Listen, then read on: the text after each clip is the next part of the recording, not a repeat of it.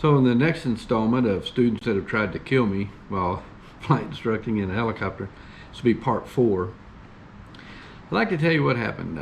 We were going out flying. At the time I had a little blue R-22 Beta 2, and so we had gassed up the aircraft and let the student do the pre-flight and gas it up and all good to go. Frequently I'll let the students put the gas in, put the oil in, so they get used to doing all the associated operations for flying the aircraft. Even had them put some, when the tail rotor gearbox was low, put a few drops of oil in there, just so that they're very familiar with the operations of the aircraft. All right. So in this particular scenario, I had let the student gas the aircraft up and do the entire pre-flight, and we were good to go. So go out to the aircraft. I get in the aircraft. Didn't look it over myself. That was mistake number 1. Should have probably went behind the student and done my own quick pre-flight and take a look at everything, make sure the gas caps are tight, all of that. Didn't do that. Got in the aircraft. We fired it up, went out and did some patterns, or I think patterns and auto rotations both, for about an hour, and then came back in. Well, as we're hover taxiing down Foxtrot taxiway on the way back to our hangar, I happened to look and I thought, man, it looked like somebody's gas cap sitting on the taxiway there. And as we got closer, you could tell that, oh look, it's the same color as our helicopter. In fact, it was our gas cap. And what had happened is the student had either left the cap sitting on there and not tight, or just left it sitting on top of the gas tank when he gassed up the aircraft.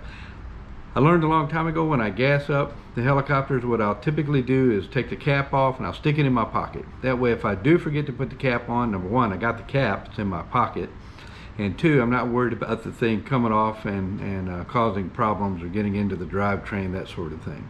So next, I'd like to discuss an accident that happened back in 2011 in Texas. All right. So let me pull up a few things here and show you. Okay, so here's a photo of the gas cap that was inadvertently either left loose or left off on the aircraft. And next photo here I'll show you is a photo of the very end of one of the tail rotor blades that separated when the gas cap went back during flight and went right through the tail rotor and took off a few inches of the end of the tail rotor blade here. So in this accident report, it's a little bit unclear as to who refueled the aircraft, or who checked the gas cap, who didn't check the gas cap, or whatever. But you know, this was not a brand new flight instructor. This guy had about 12,000 hours of flight time, of which about 9,000 of it was instructing, and around 8,000 of that was in the R-22.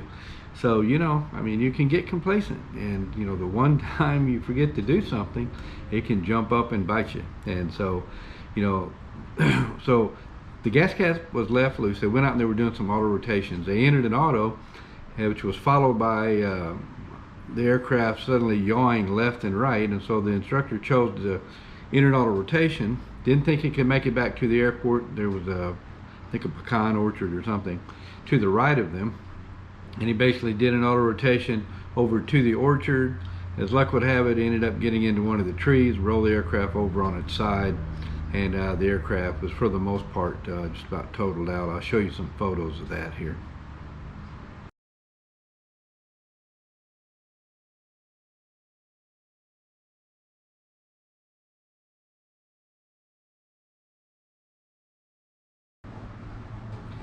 So you wouldn't think that something as simple as leaving a gas cap off or not tightening the gas cap could lead to an accident that basically ended up resulting in basically totaling out the aircraft, but it can. And in this particular accident, they both kind of lucked out, and neither one of them got hurt. They both kind of walked away from the scene, which is very good.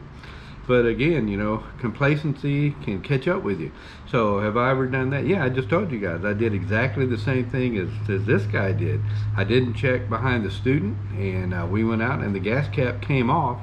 Luckily, it did not go through the tail rotor, and you know, I made the same mistake this guy did, but I got away with it. For the grace of God, I got away with it, you know. So I would like to show you guys something. If because I've had this happen before, where we've gone to and refueled someplace, and mostly actually in airplanes, where somebody has left the gas cap off. The line guides leave the cap off, and you go to leave, and if you didn't check your gas cap, now you don't have a gas cap. Well, in the case of Robinson R22 and R44, if you're in, someplace where you can't readily get a gas cap quickly, let's say you flew into some place, you refueled, they left your gas cap off, you took off, didn't realize that your gas cap was not there, you flew off and went to a different airport, now you're kind of in the middle of nowhere, you don't have the ability to get a Robinson gas cap in any sort of timely fashion, then what could you do?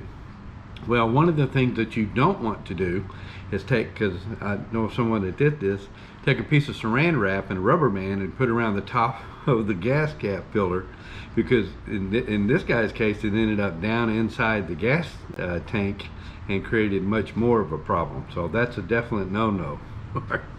But believe it or not, if you went to your local farm store, you could get a Ford diesel tractor gas cap, and it will actually fit an R22 and an R44. All right, these would only be used in an emergent situation where somebody left your cap off and you need to cover the thing up. It's going to rain, sitting out on a ramp, whatever, and you need to cover it up. All right, it will work. It's a non-vented gas cap. It will fit on the top of it.